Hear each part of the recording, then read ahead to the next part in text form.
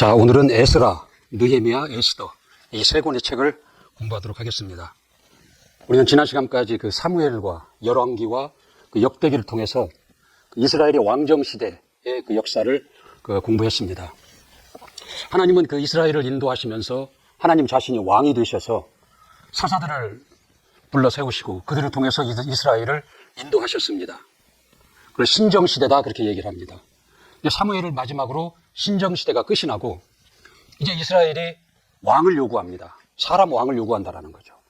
하나님은 원치 않으셨으나 그들의 그 요구에 마지못해 왕을 세우십니다. 그 처음 왕이 사울 왕입니다. 그 사울 왕은 처음에는 잘하는 것 같지만 하나님보다는 사람 입장에서 사람을 바라보고 일을 하다가 결국에는 마지막에 타락을 하고 자살로 그 생을 마감을 합니다.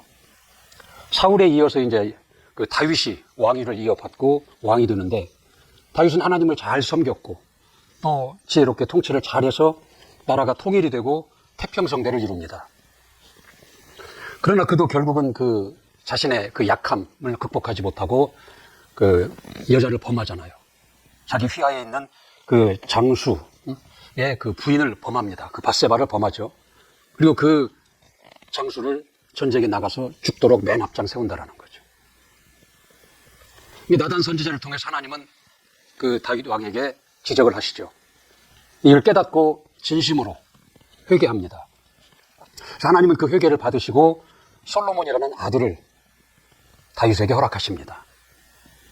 그러나 그때로부터 다윗의 가문에 그 비극적인 일들이 일어나고 좀처럼 회복이 일어나지 않는다라는 거죠. 자꾸 기울어가고 있다라는 거죠.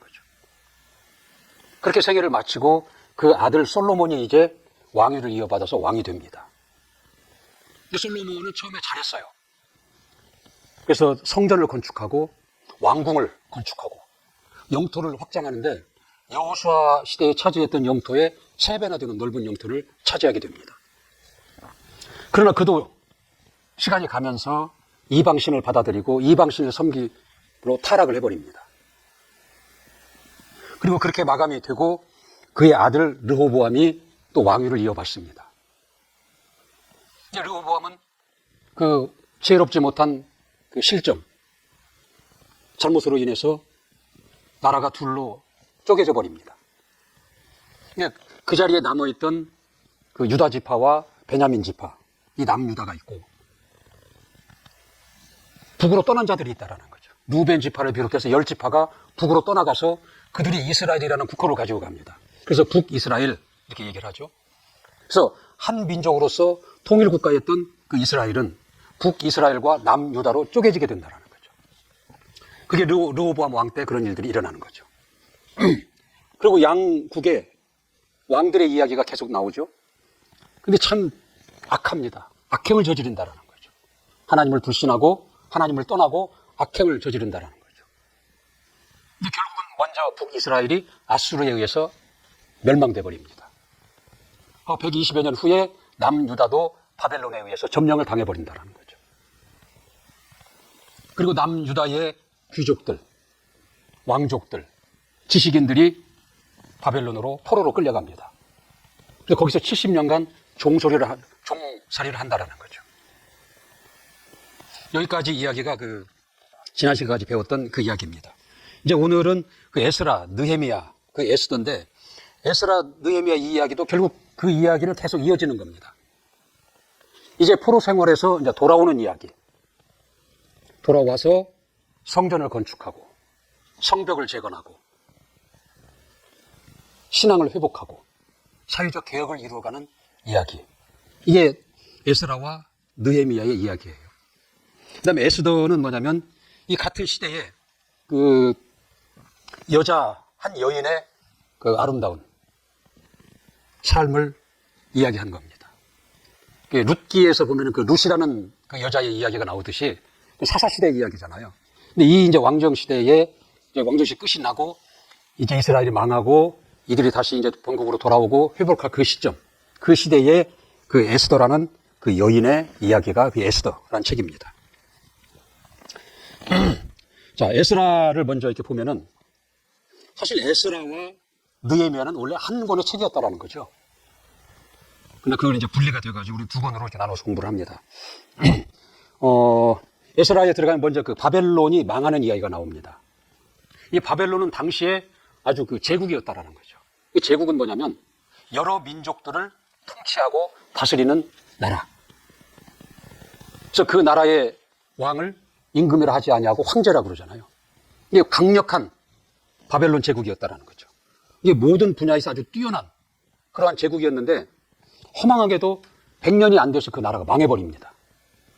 의외다라는 거죠. 그런데 이 성경을 보니까 이것이 우연이 아니다라는 거죠. 하나님께서 하나님의 약속을 이루신 것이다라는 거죠. 우리 성경으로 한번 확인 한번 해보도록 하십시다. 우리 예레미야서 렘자라고 써있는 뒤에 보면 렘자라고 써있죠. 예레미야서 25장 11절부터 13절까지 예레미야 25장 11절부터 우리 13절까지 같이 합독하겠습니다. 시작. 이 온 땅이 황폐하여 놀램이 될 것이며 이 나라들은 70년 동안 바벨론 왕을 섬기리라.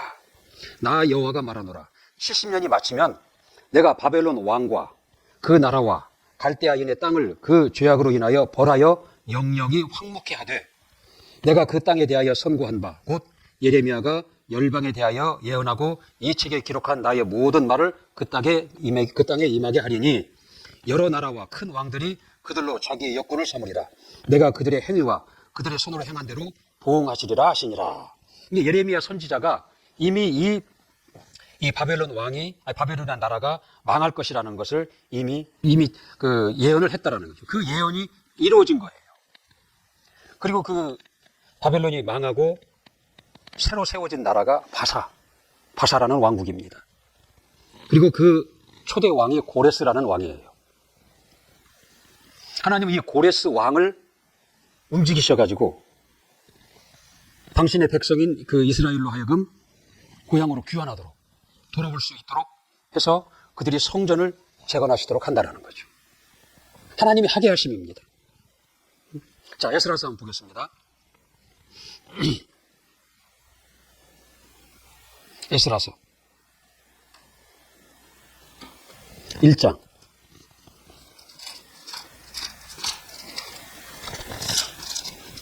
자, 에스라 1장 1절부터 4절까지 시작. 바사왕 고레스 원년에 여호와께서 예레미야의 입으로 하신 말씀을 응하게 하시려고 바사왕 고레스의 마음을 감동시킴에 저가 온 나라에 공포도 하고 조서도 내려 가로되 바사왕 고레스는 말하노니 하늘의 신 여호와께서 세상 만국으로 내게 주셨고 나를 명하사 유다 예루살렘에 전을 건축하라 하셨나니 이스라엘의 하나님을 참 신이시라. 너희 중에 무릇 그 백성된 자는 다 유다 예루살렘으로 올라가서 거기 있는 여호와의 전을 건축하라. 너희 하나님이 함께 하시기를 원하노라. 무릇 그 남아있는 백성이 어느 곳에 우거하든지 그곳 사람들이 마땅히 은과 금과 기타 예물과 짐승으로 도와주고 그 위에도 예루살렘 하나님의 전을 위하여 예물을 즐거이 드릴지니라 하였더라. 이게 하나님께서 고레스의 마음을 감동시키셨다라는 거죠. 이와 같은 일이 일어난 것이 하나님의 감동하심으로 이러한 일이 일어나도록 하셨다라는 거죠. 이게 하나님의 하게 하심이다라는 거죠. 그 강력했던 제국 바벨론 왕이 100년도 안 돼서 망해버리고 바사라는 그 나라가 세워지고 초대 왕으로 이제 고레스가 왕이 되는데 하나님은 그 고레스 왕의 마음을 감동시키신다라는 거죠. 그래서 이와 같은 일을 하게 하신다라는 거죠. 이 약속이 이루어지는 거예요. 하나님이 미리 예언하신 약속이 이루어짐으로 이 바벨론이 망하게 되는 것이고 예언대로 이 고레스의 그 왕을 감동하셔서 성전을 당신의 백성을 다시 고향으로 돌아가게 하고 돌아가서 성전을 건축하게 하신다라는 거죠. 그냥 보내지 아니하고 성전 건축을 위한 재료, 재물, 예물을 손에 들려서 고향으로 돌아가게 하신 하나님의 역사다라는 거죠. 그래서 이제 그 수룹바벨이라는 사람이 중심이 됩니다. 1차 이제 귀환이 이루어지죠. 고향으로 돌아간다라는 거죠. 이제 고레스 왕이 그렇게 공포도 하고 조서도 내렸다. 조서는 뭐냐면 그냥 공문이라고 생각을 하면 돼요. 이렇게 공문을 내린 겁니다. 각 지역에다가. 그래서 공포도 하고 조서도 내려서 이제 돌아가는데 그 중심에 그 스룹바벨이라는 사람이 이제 중심에 있다라는 거죠. 그리고 제사장 그 예수아를 중심으로 이제 고향으로 돌아갑니다. 2장에 보면은 그들이 이제 귀환을 시작하고 귀환한 자들의 명단이 나온다는 거죠. 이게 당시에는 그 학자들에 의하면 그 바벨론에 잡혀간 그 유다 사람들의 숫자가 200만에서 300만 정도 될 것이다. 그렇게 추측을 합니다. 근데 그 중에서 고향으로 돌아오겠다고 자원한 사람은 약 5만 명에 불과하다는 거예요. 근데 그곳에 70년을 살다 보니까 나름대로 그쪽 생활에 적응이 되고 잘 사는 나라다 보니까 모든 생활들이 풍족하고 안락했겠죠. 그리고 거기서 다시 고향으로 돌아오려면 1400km 이상을 이동을 해야 된다는 거예요. 엄청난 여정이고 그것도 그 고난의 여정이 되겠죠. 그러니까 200이나 300만 되는 유다 사람들 중에서 이를 선택한 자는 5만 정도밖에 안 된다는 거예요. 이게 신실하고 충성스럽고 사명이 있는 자들만 거기에 동참을 한다는 거죠. 이제 그들이 돌아와서 이제 성전 건축을 시작합니다. 이제 건축을 시작하는데 이제 방해가 와요. 계획대로 되지 않는다라는 거죠. 근데 그 방해하는 자들의 그 주축이 되는 사람들이 누구냐면 그 사마리아 사람들이에요. 이 사마리아 사람들은 누구냐면은 그 르호보암 왕 때 그 나라가 갈라졌다고 그랬죠. 이게 북으로 올라간 10지파예요. 같은 민족이었다라는 거죠. 근데 그 10지파예요. 근데 그 북이스라엘을 아수르가 점령을 한다라는 거죠. 근데 그 아수르는 그 북이스라엘, 그 식민지가 돼버렸잖아요. 정책을 어떻게 펴냐면 이방 사람들을 북이스라엘에다가 옮겨 이주시켜버려요. 그래서 북이스라엘 사람들과 그 이방 사람들이 혼혈을 하게 만든다는 거죠. 혼혈이 이루어지게 한다는 거죠. 그래서 그 유다의 그 순수성을 흐려버리는 거예요. 물타기를 해버린다는 거죠. 그 일을 보고 있는 남유다 사람들은 같은 민족으로 생각하지 않습니다, 이제. 그들은 이방 민족으로 생각하고 사람 대접을 하지 않아요, 그들을. 그렇게 사이가 멀어져 버렸다는 거죠. 한 민족인데. 그래서 이제 남유다 사람들이 돌아와서 성전을 건축하려고 할 때 이 북이스라엘 사람들, 이제 사마리아 사람들이 되는 거죠. 근데 이 사람들은 나름대로 떳떳하지가 못함이 있어요, 항상. 열등감이 있다는 거죠. 그래서 이걸 만회해보고자 성전 건축에 자기를 또 동참하겠다고 나섭니다. 우리도 과거에는 같은 민족이 아니었느냐? 같이 동참을 하자. 근데 이 남유다 사람들이 거절을 합니다, 그걸. 너희들과 같이 할 수 없다. 너희들은 이미 배반하고 떠난 자들이고 이미 유다 민족의 순수성을 잃어버린 자들이다. 거절을 합니다. 그래서 그 거절에 대한 보복으로 이 성전 건축을 계속 방해한다는 거죠. 그래서 여러 방해를 거치고 결국은 우여곡절 후에 성전을 완공하는데 이들이 포로에서 돌아온 후에 20년이라는 세월이 흘렀다는 거죠. 20년 후에 비로소 성전을 완공을 합니다. 그 성전을 완공한 후에 이들이 이제 유월절을 지키잖아요. 유월절을 지킨다는 건 뭐예요? 이들이 신앙을 회복하고 이들의 그 정체성을 확립해 가는 겁니다. 하나님의 백성으로서 그 정체성을 확립해 간다는 거죠. 자, 이걸 이제 수룹바벨을 중심으로 한 1차 귀환이고 한 일이 성전 건축한 일이다라는 거죠. 그 다음에 2차 귀환의 얘기가 나옵니다. 2차 귀환 때에는 에스라, 오늘 책 제목과도 같은 에스라가 중심이 됩니다. 그런 학자요 제사장이었다라는 거죠. 에스라를 중심으로 2차 귀환이 이루어집니다. 이때도 1차 귀환과 양상이 똑같아요. 1차 귀환 때는 하나님이 고레스 왕을 통해서 그들을 돕게 해서 돌아왔거든요. 근데 2차 귀환 때는 그 아닥사스다 왕이라는 그 왕을 감동시켜서 그 이들을 귀환케 하고 1차 귀환 때와 마찬가지로 손에 재물을 들리게 하고 예물을 들려서 돌아가게 한다는 거죠. 근데 2차로 이들이 들어올 때는 1차로 귀환한 후 78년이라는 시간의 갭이 있어요. 1차 수룹바벨을 중심으로 해서 돌아온 1차와 2차의 간격, 그 시간에 가는 한 78년이라는 세월 후에, 그런 세월이 흐른 후에 2차 귀환이 이루어진다는 거죠. 그리고 와서 한 일이 뭐냐면, 이 에스라를 중심으로 한 일이 뭐냐면, 말씀을 회복하는 일을 합니다. 자, 성전은 회복이 되어 있는데, 아직 신앙 회복, 말씀 회복이 부족하다는 거죠. 그래서 이 회복, 신앙 회복, 말씀 회복하는 일에 그 중점을 두고 한 자가 에스라입니다. 이게 성전만 갖추어졌다고 모든 게 되는 건 아니다라는 거죠. 말씀이 하나님 중심적으로 하나님이 원하시는 삶을 살아가기 위해서는 말씀이 회복이 되어야 된다는 거죠. 이게 신앙생활이란 뭐냐면 하나님을 믿는 겁니다. 믿는 것이다라는 거죠. 그 하나님의 그 뜻, 가르치심, 하나님의 원하심, 이걸 따르는 거거든요. 이걸 순종하는 것이거든요. 어떻게 뜻을 나타내시고 하나님이 우리에게 알리시고자 하시는 것을 가르치시고 하나님이 원하시는 것을 어떻게 알리시냐면 말씀으로 알리신다는 거죠. 말씀으로. 그러니까 신앙은 뭐냐? 하나님을 믿는 것입니다. 그 말씀을 순종함으로 하나님의 뜻을 따르고 하나님의 가르치심을 따르고 원하심을 따르는 것이 그게 신앙생활이다라는 거죠. 그래서 말씀을 따르면 결과가 어떻게 되는 거예요? 이것이 하나님을 섬기는 거예요. 하나님을 경외하는 것이다라는 거죠. 그래서 이 말씀이 회복이 돼야 된다라는 거죠. 이 말씀을 따라야 된다라는 거죠. 세상 종교는 그러지 않아요. 이 말씀 중심이 아니라 내 중심입니다. 내가 이렇게 저렇게 열심을 내서 자기가 섬기는 신을 섬김으로 인해서 그 신을 감동시키고 그 신을 움직여 부르는 것이 그게 종교입니다. 세상의 종교입니다. 우리 기독교 신앙은 계시의 신앙이다 그러거든요. 이 하나님으로부터 계시된 이 말씀을 믿고 순종해서 하나님을 섬기는 신앙이다. 그래서 계시의 신앙이다. 그렇게 얘기를 하는 것입니다. 이게 하나님의 계시가 없는 열심, 자기 안에서 우러나오는 신념을 쫓아하는 그 열심은 종교에 가깝습니다. 우리가 똑같이 하나님 앞에 그 헌금을 드린다고 예를 들어보면 하나님의 계시를 쫓아 하나님의 원하심과 하나님의 뜻을 쫓아 하나님의 가르치심을 쫓아 순종함으로 그 말씀에 순종함으로 드리는 것은 신앙입니다. 그러나 내 자의적으로 내가 이만큼 드리면 하나님이 이 양을 보고 감동하실 것이다.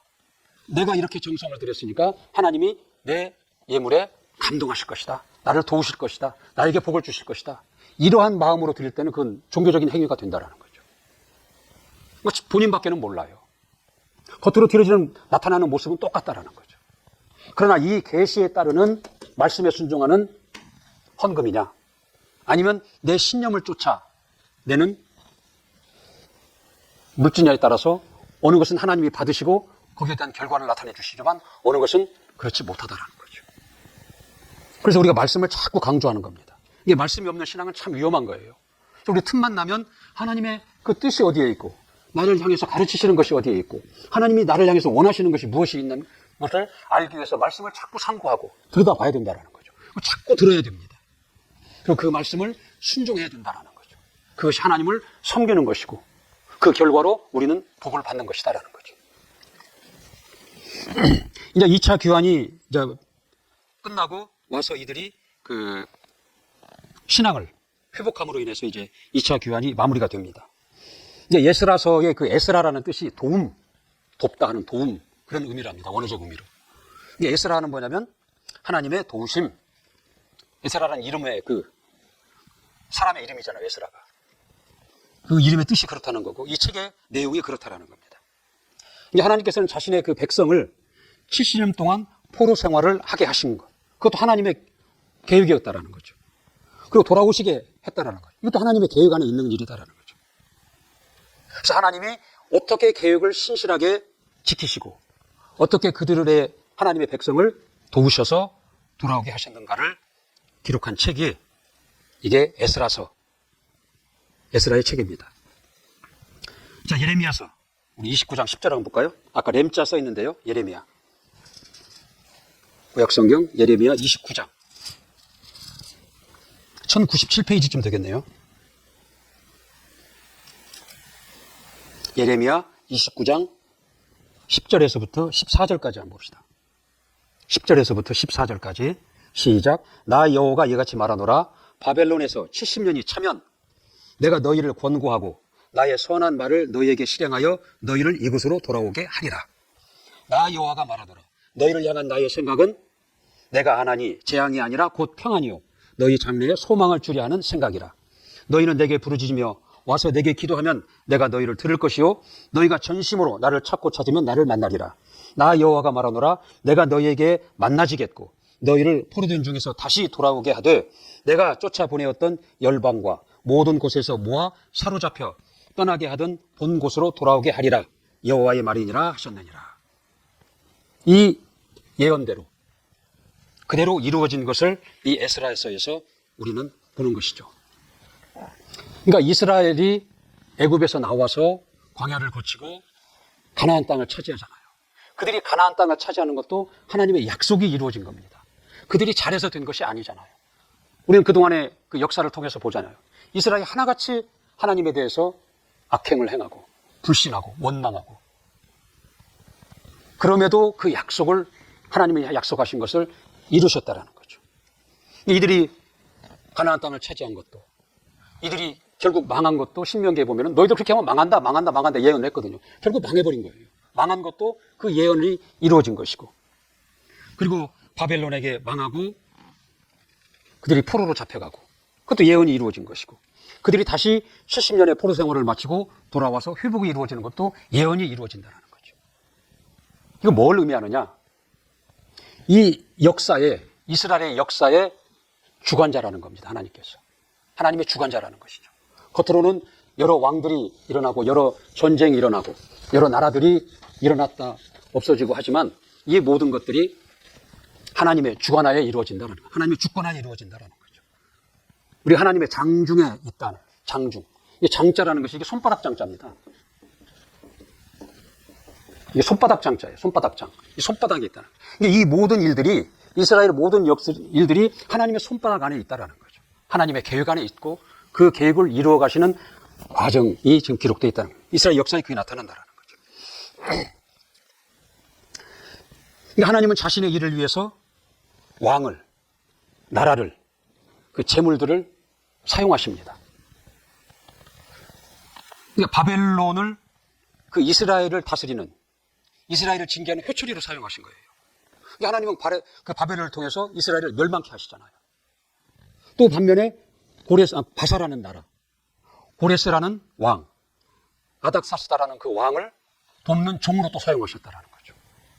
그들을 종으로 사용하셔서 이스라엘을 회복해 하시고 하나님의 약속을 이루시고 하나님의 뜻을 이루신다는 거죠.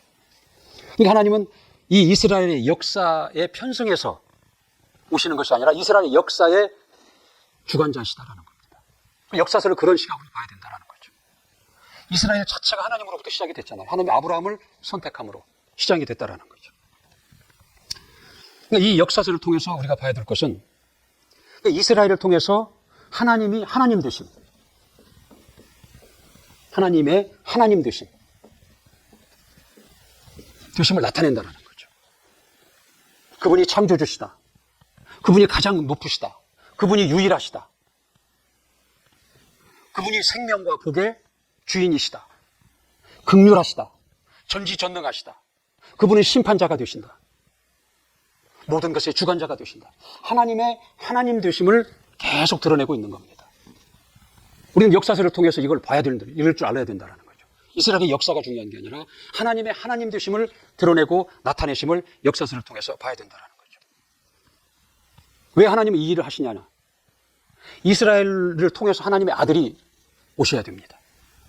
하나님을 아는 자들을 통해서 하나님의 아들이 오셔야 된다는 거죠. 그래서 그들이 하나님의 아들을 영접하고 맞이할 수 있도록 그 준비를 하는 과정이에요. 이스라엘의 역사라는 것은. 구약 전체가 하나님의 아들이 오시는 길이다라는 거죠. 그래서 천지창조의 역에서 하나님의 아들이 예수 그리스도가 탑승을 하셨잖아요.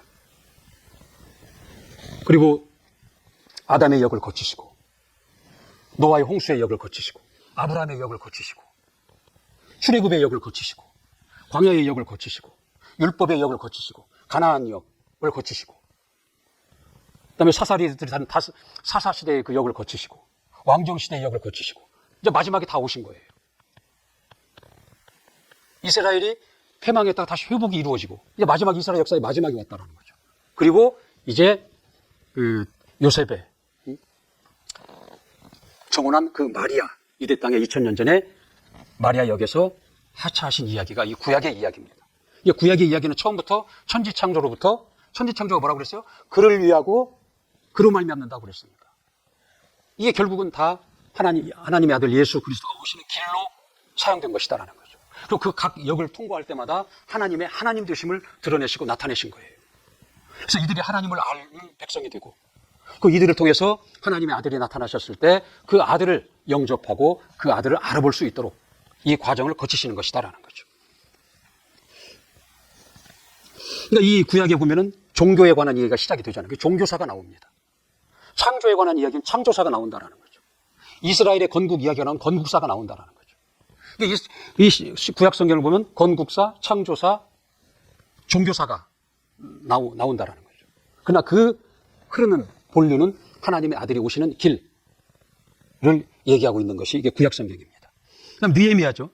자, 성전도 건축이 됐고 또 에스라를 중심으로 2차로 교환해가지고 신앙이 회복이 됐다라는 거죠. 근데 여전히 성벽이 무너져 있다라는 거죠. 성벽이 무너져서 끊임없이 그 외부 세력의 공격을 받는다라는 거죠. 에스라서는 이때 이제 느헤미야서는 느헤미야가 3차로 이제 교환을 해서 이 성벽을 건축하는 이야기, 이게 그 느헤미야서의 이야기입니다. 느헤미야와 에스더는 동시대 인물이에요. 근데 에스더가 학자요 제사장으로서 신앙을 회복시켰다면 이제 이 느헤미야는 그 총독으로서 이 정치인이다. 그래서 성벽을 건축하고 사회적, 도덕적 개혁을 이룬 인물이 이게 느헤미야입니다. 느헤미야의 그 성벽 재건 이야기가 나오잖아요. 지금 느헤미야는 현재 잡혀가 있다라는 거죠. 거기에 있다라는 거죠. 거기서 이제 근데 술관원이었다라는 거죠.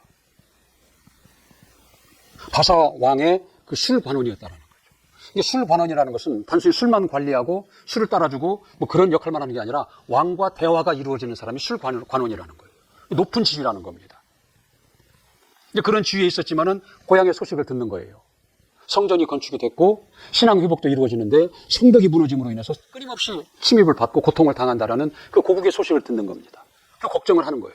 그리고 하나님께 기도하는 겁니다. 나로 하여금 돌아가서 성벽을 건축하게 해주세요. 근데 왕이 어느 날 그 수심에 가득 찬 얼굴을 보며 네가 왜 그러느냐? 그러니까 여차저차 이런 일이 있습니다. 나로 돌아가서 성벽을 건축하게 해주세요라고 하니까 이제 허락하는 거죠.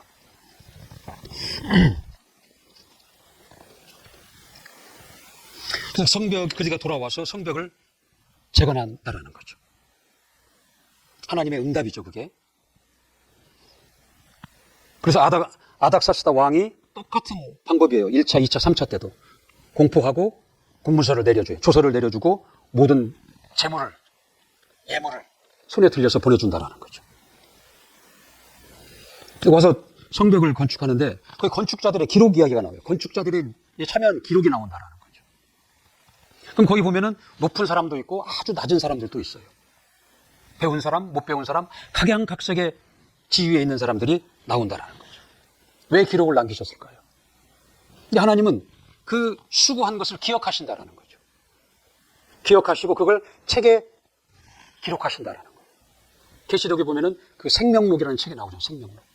그래서 계시록 20장 12절에 보면은 보좌 앞에 섰는데 책들이 펴 있고 또 다른 책을 펴졌으니 곧 생명책이라. 죽은 자들이 자기 행위를 따라 책들에 기록된 대로 심판을 받는다 그랬어요. 그 책에 기록된 대로 심판을 받는다라는 거죠. 우리의 모든 일거수일투족이 하늘에 있는 하나님의 생명책에 지금 기록이 돼가고 있다는 거예요. 계시록 20장 15절에 보면 누구든지 이 생명책에 명단이 올라와 있지 않으면, 기록되지 않으면 다 불못, 지옥으로 던져진다는 거죠. 우리에게 지금 해당되는 얘기입니다. 그래서 계속 방해를 받죠. 외적인 방해를 받는 겁니다. 자꾸 침공을 해요. 그 성벽을 건축하는 중에도. 그 내적으로도 또 문제가 생기는 거예요. 흉년으로 인해서 남의 돈을 빌리는데 높은 이자를 받고 담보를 요구하고 심하면 노예로 삼아버린다는 거죠. 이런 내분 때문에, 이런 갈등 때문에 그 성벽 건축이 자꾸 늦어지는 거예요. 그래서 그 사회 개혁을 하고 다시 이제 이 성전 건축을 시작하는데, 이게 포로에서 돌아온, 근데 94년 동안 이 성벽을 건축하지 못한 거예요. 그러나 이 느헤미야의 그 지도력 안에서 52일 만에 성벽을 마무리를 해버린다는 거죠. 저 시간이 없으니까 집에서 한번 찾아보세요. 느헤미야서 6장 15절 16절에 보면은 대적들도, 그러니까 이들의 대적들도 저게 52일 만에 성벽이 이루어진 것은 하나님의 도우심으로 된 것이다 하고 두려워했다라고 그랬다는 거죠. 그 일을 통해서 하나님의 영광을, 하나님의 사심을 이방 민족들에게, 그들의 침입자들에게 나타낸 거예요. 하나님께 영광을 돌렸다라는 거죠. 그리고 이제 그 마지막에 이제 그 에스라와 느헤미야가 같이 합동으로 신앙 회복과 사회 그 개혁을 한 이야기가 나옵니다. 그러니까 우리는 이 에스라와 느헤미야서에서 우리가 볼 수 있는 것은 약속을 이루시는 신실하신 하나님, 그리고 하나님의 공의보다도 하나님의 그 공의가 있잖아요. 공의는 뭐예요? 하는 대로 받는 거예요. 죄인은 죗값을 받고 죽거나 저주를 받아야 된다는 거죠. 이게 공의거든요. 근데 하나님은 이 공의보다 자신의 긍휼, 하나님의 긍휼을 나타내고 있습니다. 이 두 권의 책에서 볼 수 있다는 거죠. 긍휼은 뭐예요? 마땅히 받아야 되는데 그것을 모면하게 해준다는 거죠. 모면하게 하고 기회를 다시 주는 거예요. 기다려주는 것이다라는 거죠. 이게 긍휼입니다. 이게 하나님의 그 백성이라고 선택을 받은 이스라엘, 그들이 하는 짓이 하나같이 악했다라는 거죠. 그럼 하나님의 공의에 따르면 그들은 멸망하는 것이 너무나 당연한 것이고 거기서 모든 것이 끝나야 당연한 것이다라는 거죠. 그게 공의거든요. 근데 거기서 끝내지 아니하시고 거기서 피하게 하시고 다시 기회를 주시고 다시 기다려 주신다라는 거죠. 회복하게 하신다라는 거죠. 그게 긍휼입니다. 그런 이 에스라와 느헤미야서에서 하나님의 그 신실하심과 이 긍휼을 볼 수 있는 것입니다. 그 다음에 에스더. 에스더도 이게 여인의 이야기라고 그랬죠. 근데 에스라와 느헤미야, 에스더가 다 동시대의 인물이에요. 근데 에스더는 누구냐면은 지금 그 바사 왕에 있는 유대 사람이에요. 근데 그가 왕비가 됩니다. 이방 여인인데 왕비가 된다라는 거죠. 이건 하나님이 미리 예비를 하시는 거예요. 그리고 이제 이거 유다인들에게 어려움이 닥칩니다. 그 하만이라는 자가 개교를 부린다는 거죠. 모함을 해서 그 바사 왕에 있는 그 유다 사람들을 죽이려고 합니다. 이것을 그 에스더의 작은 아버지인 누구예요? 모르드게가 알고 이제 그것을 왕비가 된 자기 여조카에게 얘기를 합니다. 네가 죽으면 죽으리라 각오하고 왕을 찾아가서 말해서 이 유다 사람들을 이 죽음에서 구원하라 얘기를 한다는 거죠. 이 왕비가 거기서 결단을 합니다. 그 에스더라는 여자의 결단이 나오죠. 4장 16절 8절부터 쭉 한번 16절까지 읽어보면 그 내용이 나옵니다. 근데 왜 죽으면 죽으리라 하고 나아가냐면 그 당시에 그 법이 규례가 뭐냐면 왕이 부르지 않았는데 왕 앞에 나타나면 죽게 돼 있다는 거예요. 반드시 왕이 불러야 왕 앞에 올 수 있는 거예요. 부름이 없었는데 왕 앞에 불쑥 나타나는 것은 죽게 돼 있다는 거죠. 법이다라는 거죠. 예외가 없는 법이다라는 거죠. 근데 계속 책을 읽어보면 한 달 이상을 왕이 이 왕비인 에스더를 부르지 않았어요. 왕 관심 밖에 있었다라는 거죠. 근데 이 죽음을 무릅쓰고 에스더라는 여인은 왕을 찾아갑니다. 근데 하나님께서 그 왕의 마음을 움직이신다는 거죠. 에스더라는 그 왕비를 사랑스럽게 보게 만든다는 거예요. 그래서 금홀이라는 게 나옵니다. 금홀. 이게 왕이 갖고 있는 지휘봉 같은 거예요. 지팡이 같은 지휘봉. 금으로 만든 홀. 그래서 이 홀을 만져야 용서를 받는 거예요. 그러니까 그 왕이 이 금홀을, 그래서 에스더가 이 금홀에 손을 대므로 용서를 받고 잔치를 벌인다라는 거죠. 그리고 이제 우여곡절 끝에 이제 결국은 이 하만이라는 자가 이거 모함을 하고 있구나. 그 과정을 봐도 왕이 밤에 잠이 안 오는 거예요. 그러니까 밤에 잠이 안 오니까 도서관에 가서 역사책을 본다라는 거죠. 그 역사책을 보니까 이 모르드게, 이 에스더 왕비의 작은 아버지 모르드게의 한 일이 나와요. 그 모르드게에 의해서 왕이 죽을 뻔했는데 사전에 그걸 알게 돼서 왕이 살게 되거든요. 그 사실을 알게 된다는 거죠.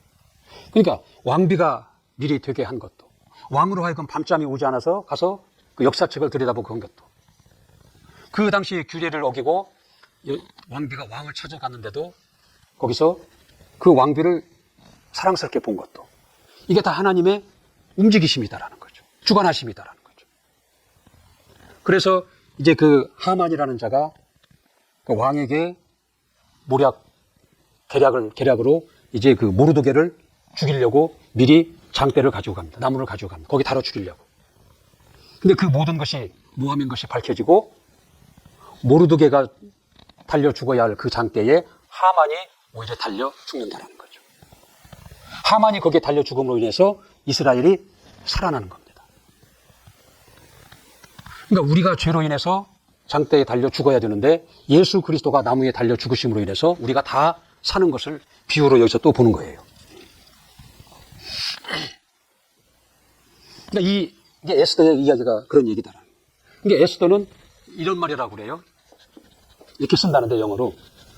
이건 이 스타라는 말. 여기서 파생된 단어라고 합니다. 이게 별이 뭐예요? 어두운 밤에서 반짝반짝 빛나는 빛을 내는 게 그게 스타잖아요. 별이잖아요. 이게 에스더라는 이름, 이 이름도 여기서 파생된 것이라는 거죠. 이게 그 깜깜하고 흑암과 같은 그 세대에 정말 모든 이스라엘 사람들이 다 죽게 된 그 어두운 상황에서 에스더라는 그 여인의 죽으면 죽으리라고 한 그 결단, 그것이 그 나라를, 그 민족을 구원한 이야기다라는 거죠. 이제 하나님은 이제 마무리를 하자면 그 공의 때로 이루시지만 긍휼을 더 원하신다라는 거죠. 기회를 주신다라는 거죠. 사랑받기를 원하신다라는 거죠. 아까 우리가 예레미야에서 읽어봤지만 너희를 향한 나의 생각은 재앙이 아니라 평안이라 장래에 소망을 주려 하는 것이다 그랬잖아요. 그리고 디모데전서 2장 4절에 보면 하나님은 우리가 구원을 받기를 원하신다라는 거죠. 진리를 아는데 이르기를 원하시는 분이 하나님이시다라는 거죠. 요한복음 3장 16절에도 하나님이 세상을 사랑하사 독생자를 주셨다라는 거죠. 그 17절에 보면은 독생자를 보내신 것은 우리를 심판하려 한 것이 아니라 우리를 구원하려 하심이다라는 거죠. 우리를 향하신 하나님의 생각이에요. 이걸 우리는 받아들여야 됩니다. 인정하고 받아들이고 감사하고. 그러니까 우리가 하나님 앞에 무엇을 하려고 하기에 앞서서 하나님의 이 사랑을 마음껏 받아들이고 이 사랑을 누리는 것이 먼저라는 것이죠. 그래서 그 사랑을 알고 그 사랑에 감사해서 하나님을 예배하고 하나님을 찬양하고 하나님을 섬기고 하나님을 경외하고 그것이 신앙생활인 것이다라는 거죠. 자, 오늘은 여기까지 마치도록 하겠습니다.